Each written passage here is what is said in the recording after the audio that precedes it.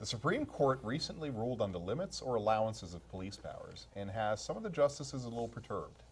Ron, what has them so upset? In Salt Lake City, Utah, there was a guy pulled over and there was a problem, and they found some paraphernalia, some drugs and other things in the vehicle. And when he was prosecuted, that was used against him. And of course, the defense was it was illegally seized and that he had been profiled. Well, and I guess, so having some law enforcement background,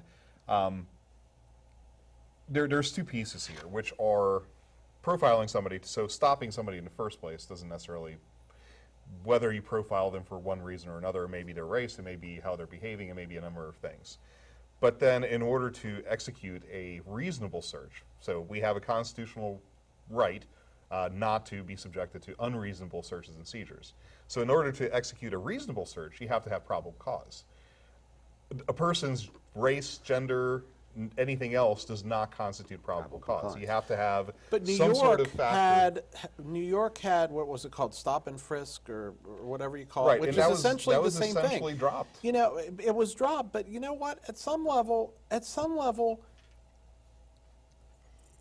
if it looks like a duck, Yeah, if you it know- acts, if you it know, quacks like a I duck, totally disagree with you, because then that is a very slippery slope. it's a slippery You slope. But cannot guess just what? start I don't want stopping people getting blown up either. I don't want people getting blown up, but you can do this within the laws that we have. Suspicious behavior is What is suspicious behavior? is subjective, was my point.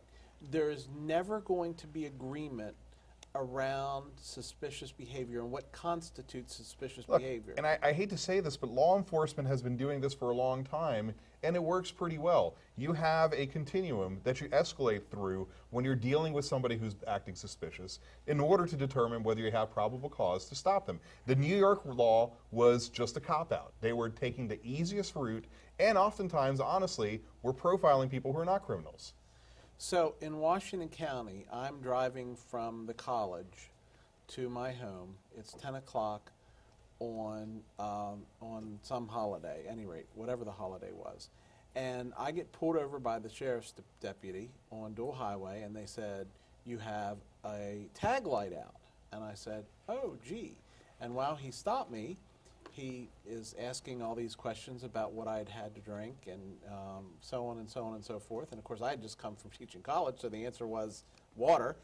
And kept me there for like 10 minutes, and then wanted to know if I had smoked any pot or any of this stuff. And I'm like, my God, what's going on here? Am I driving erratically? Well, you had a tail light out. But I didn't, because when I got home, there was no tag light out. So Well, either maybe the the tag light connection was mysteriously. made. Mysteriously, because he didn't give me any ticket at the end of the day. Is that an illegal stop? Well, no, we're talking about two different things. There is a stop, and then there is a search. Okay. The search is the part that you're protected against an unreasonable search and seizure. Well, he took by his the Constitution. flashlight and was looking all through my car. That is public domain. He didn't actually ask you whether to look in your car. So anybody can look in your car. You have, unless you have very tinted windows, that is considered open view. If he sees something there that's suspicious, that can give him probable cause. And how about if you have tinted windows beyond the limit that you're allowed, can he open the doors and look in? Not without having probable cause. I bet Mr. Potter's got a point on this. He's been in law enforcement family for a long time. The problem you run into, as you said, it is a slippery slope, and there is a process for gathering evidence. But as you said, if it walks like a duck, acts like a duck, sometimes it is a duck. Right. So where is the balance? And even the Supreme Court, one of the justices that is left of center sided with this recent decision. So even amongst the left and the right, there's dissenting views. There are. I think you're actually going to find that there are a lot of people on the right, on the extreme right, who are going to find dissent with that because of personal freedoms. And it is a violation of personal freedoms when you grant law enforcement the ability to intrude past what is a reasonable point. And look, we can make all these excuses that we can. There is the old adage that, you cannot buy perfect security by selling out all of your rights and having no rights. We will never achieve perfect security from terrorism, from crime. We have had a 40-some-year-old war on drugs which has accomplished absolutely nothing. It is a dismal failure, the same way that Prohibition was a dismal failure. Alcoholism rates increased during Prohibition at a higher rate than at any time during the rest of American history. Would Jerry Maguire say? Follow the money. Right. So as long as you follow the money, do they really want to solve the problem? How much money is in it? Well, no, we have this wonderful prison industrial complex now that we have. So this guy was illegally stopped for whatever the suspicion was. Yeah. How were his rights violated by simply calling in his name and saying, are there any outstanding warrants against Joe Jones or whatever his So name was? that is standard Joseph Straff. procedure normally when you stop somebody for any reason. So that's actually why he was arrested, because there was an outstanding warrant for his arrest, which is why he was taken in, and when he was searched, the drug paraphernalia was found. Well, in that particular case, and I actually hadn't read that piece, in that particular case, that is a reasonable search. And I would argue that whether the stop was illegal or not, calling the name in, that's no different than me riding down the road and the sheriff's deputy is one of the two sheriff's deputies in this community that has the little things that runs your license plates as they pass by you.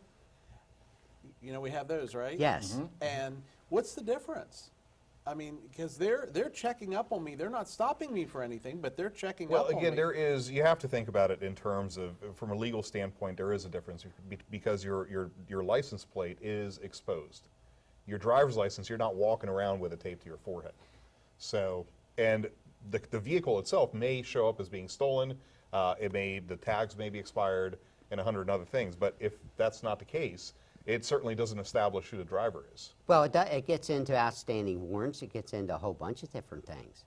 I think it even gets into But whether again, you the owe- same reason that an automated camera, you'll never get a point from it, is because they cannot prove who's driving the vehicle. Just because whomever the vehicle may be registered to may have an outstanding warrant does not mean that the person driving it has.